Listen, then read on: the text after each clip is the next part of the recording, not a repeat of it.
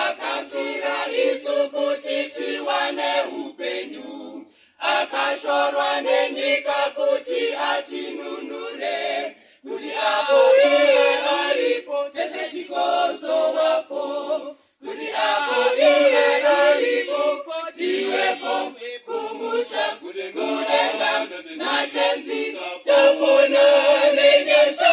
za Mwari tisota chakamweru poneswa, kuti apo iye aripo tese tikozowapo.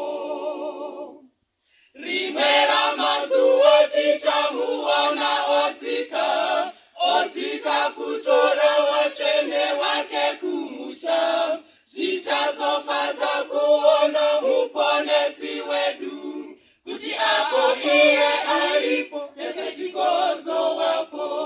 kuti apo iye aripo tiwepo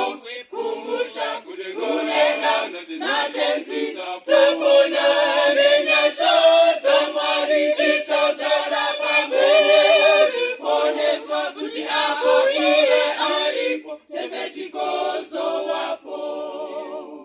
kuti apo iye aripo tiwepo kumusha kudenga natenzi tapona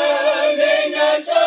za Mwari tisota chakamweru poneswa, kuti apo iye aripo tese tikozowapo.